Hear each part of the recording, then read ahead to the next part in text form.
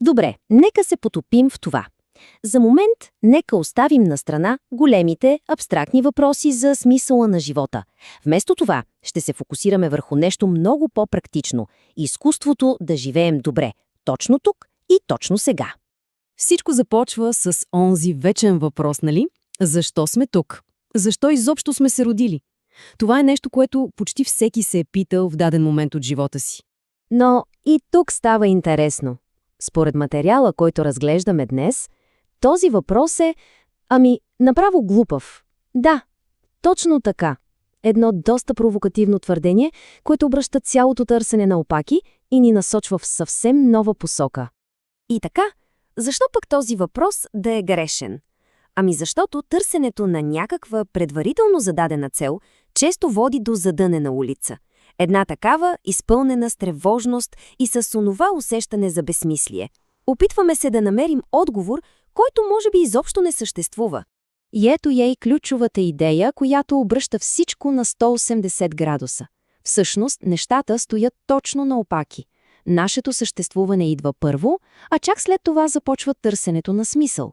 Не сме създадени с някаква мисия. Просто фактът, че сме се появили на този свят, ни кара да търсим такава. И точно тук стигаме до може би най-освобождаващата идея от всички. Липсата на предварително зададена цел не е проклятие, а точно обратното – свобода. Това е мисъл, която може напълно да промени перспективата. Според тази философия, нашето съществуване е просто резултат от чиста случайност, не от някакъв велик план. Никой не ни е питал дали искаме да се родим, нито кога и къде. Просто сме тук, по стечение на обстоятелствата. А какво означава това на практика? Помислете. Щом няма съдба, която трябва да изпълним, цялото това бреме на очакванията просто пада от раменете ни. Щом няма мисия, значи не сме длъжни да живеем за някой друг. И какво става? Пълната свобода да бъдем щастливи, точно такива каквито сме. И ето го ключовия момент. Промяната в самия въпрос. Вместо да се питаме «защо?», е време да започнем да питаме «как?». Как да изживеем добре времето, което имаме? Точно това премества фокуса от абстрактното към нещо напълно практично и постижимо. За да отговорим на това как обаче, първо трябва да разберем от какво е направен животът ни. И това ни води към следващата важна тема – балансът между страданието и удоволствието. Източникът представя живота като един постоянен цикъл между тези две състояния, а да разберем този баланс е ключът към всичко. И ето как изглежда този цикъл в цифри. На пръв поглед може би малко стряскащо. Виждаме, че по-голямата част от живота, цели 70%, е представена като страдание. Едва 10% са радост, а между тях има една много важна зона от 20% покой. И тук идва и практическата стратегия.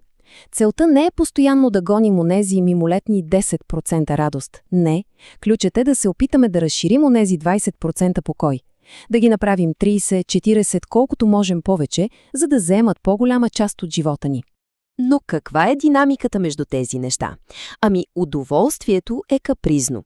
Щом го постигнем, то някак губи силата си и ни кара да искаме още и още. От друга страна, помислете, именно страданието, да речем гладът, прави удоволствието от храната толкова голямо. Те са просто двете страни на една и съща монета, неразривно свързани. Добре, и как точно да разширим тази зона на покоя? С това преминаваме към най-практическата част – 4 пътя към щастието, тук и сега. Нека ги разгледаме стъпка по стъпка. Първо, самодостатъчност, т.е. да можем да се грижим сами за себе си финансово. Това е основата. Второ, да избягаме от скуката, да намерим нещо, което ни вълнува извън работата. Трето, учене и размисъл.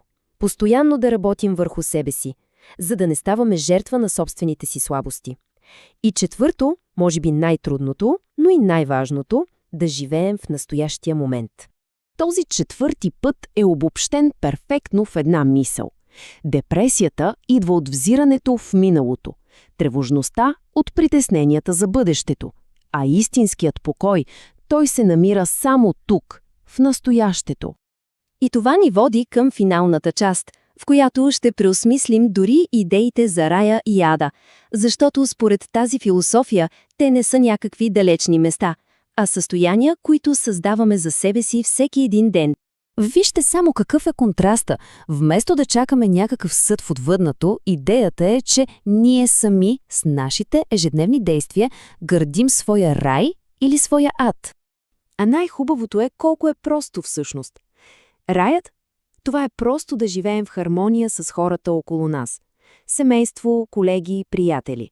Адът – това е когато има постоянни конфликти, караници, когато нараняваме другите.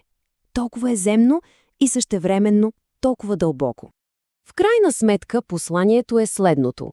Трябва да осъзнаем, че потенциалът за един наистина добър живот за нашият собствен рай се намира единствено тук и сега, не някъде другаде, не някога в бъдещето, а точно в този момент.